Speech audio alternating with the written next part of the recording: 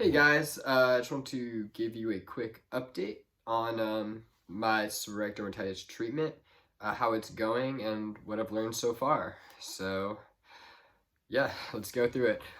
So in case you haven't seen my other videos, what I've been using to treat my seborrheic dermatitis is raw honey.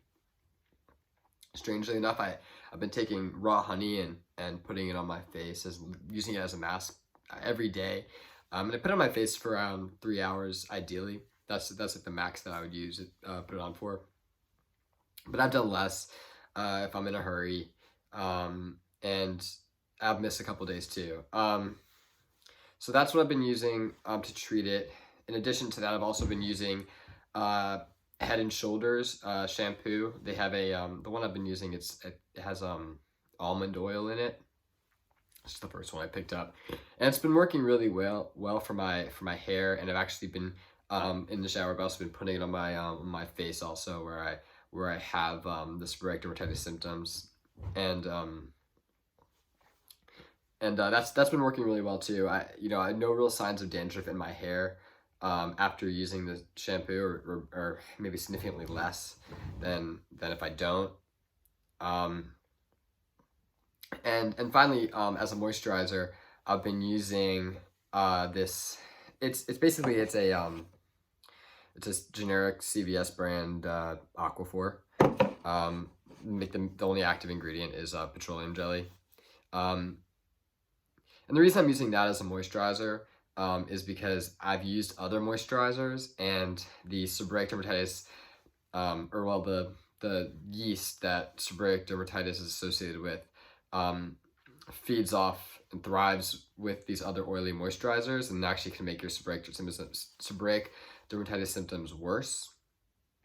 But I've not had that issue with petroleum jelly, so like Vaseline or Aquaphor or any of these kind of products.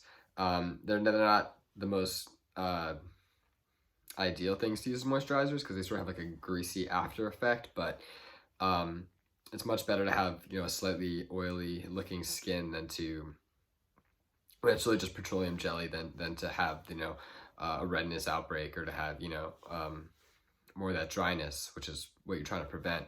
So that's what I've been using for moisturizing. That's why.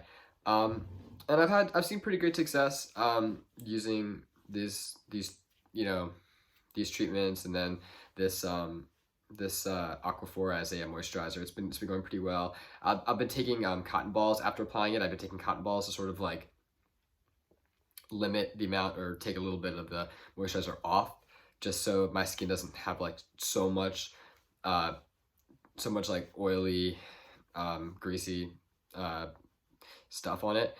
And that's, it's pretty good. It doesn't, it looks I look a little bit shiny, but it's not too bad.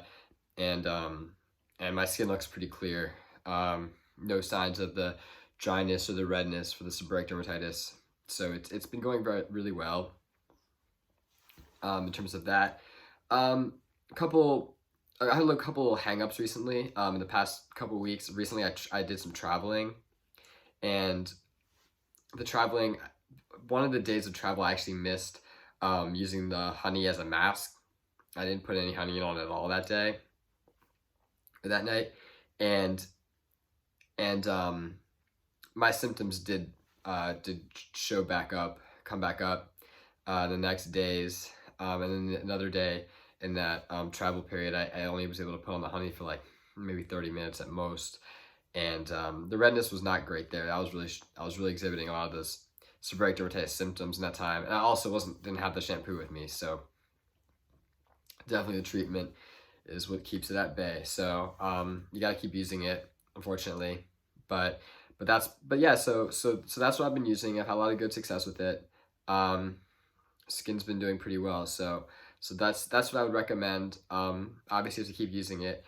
Another thing that I found is that diet actually has a big impact on how your seborrheic dermatitis will show up. Certain foods are going to make it appear worse, especially like foods that have like that cause an inflammatory response. So a lot of like carbs or processed sugars, which I generally avoid in general. Red meat is another one. A lot of these kind of foods will make your seborrheic dermatitis, or had made my seborrheic dermatitis symptoms a lot worse. So definitely look out for that.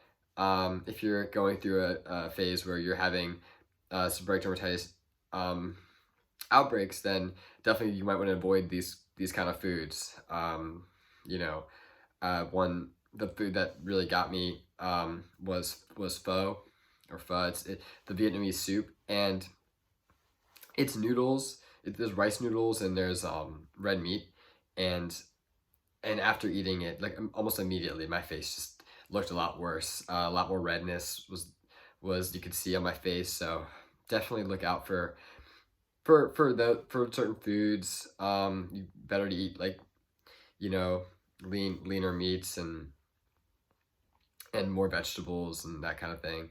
Help more complex carbohydrates. So yeah, so that's pretty much it. Nothing more to say about that today. But yeah, so just these 3 treatments, or I guess 2 treatments and a moisturizer and healthy diet, and that's been working really well for me. So please reach out to me if you guys have any questions on how I'm doing, and make sure to keep updated, because I'll keep updating you guys on how I'm going and any hurdles I run into. All right, take care.